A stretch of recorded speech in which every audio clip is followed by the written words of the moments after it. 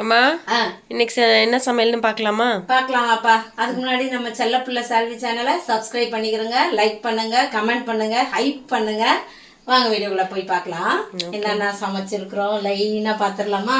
Okay. இன்னைக்கு வந்து guest வந்திருக்காங்க, அதனால கொஞ்சம் எக்ஸ்ட்ராவா தான் சமைச்சிருக்காங்க அம்மா. அம்மா வாங்கிட்டு வந்தாங்க, தம்பி போய் வாங்கிட்டு வந்தான். எல்லாம் சமைச்சாச்சு. இது மட்டனில் கிரேவி பண்ணியிருக்கேன் அம்மா. ஓகே, சூப்பராக பண்ணியாச்சு. செம்ம டேஸ்ட்டாக இருந்துச்சு. சரி, அதை ஓரமாக வச்சுக்கலாம்.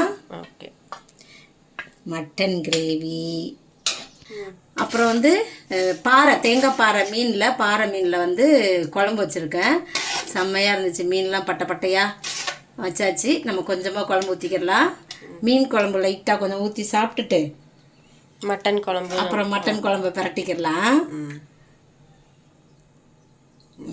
இது வந்து சிக்கன் 65 பண்ணியாச்சு. சிக்கனில் கொஞ்சம் அதுவும் வச்சுக்கிடலாம். ப்ரான் ஃப்ரை பண்ணியிருக்கேன் அம்மா. சூப்பர். அப்படியே மசாலா வந்து ரொம்ப இல்லாமல் கொஞ்சமாக ஃப்ரை பண்ணியிருக்கேன். பொடி ப்ரான் தான் இது. நல்லா இருந்துச்சு எறா. அப்புறம் மீன் வறுவல், அதே பாறை மீனில் வந்து வறுவல் பண்ணியாச்சு.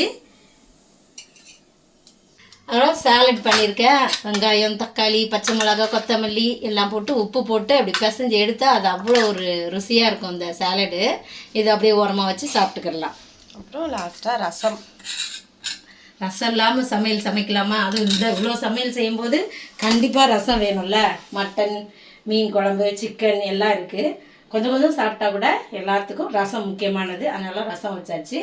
அவ்வளோதான். இதான் இன்றைக்கி நம்ம வீட்டு சமையல்.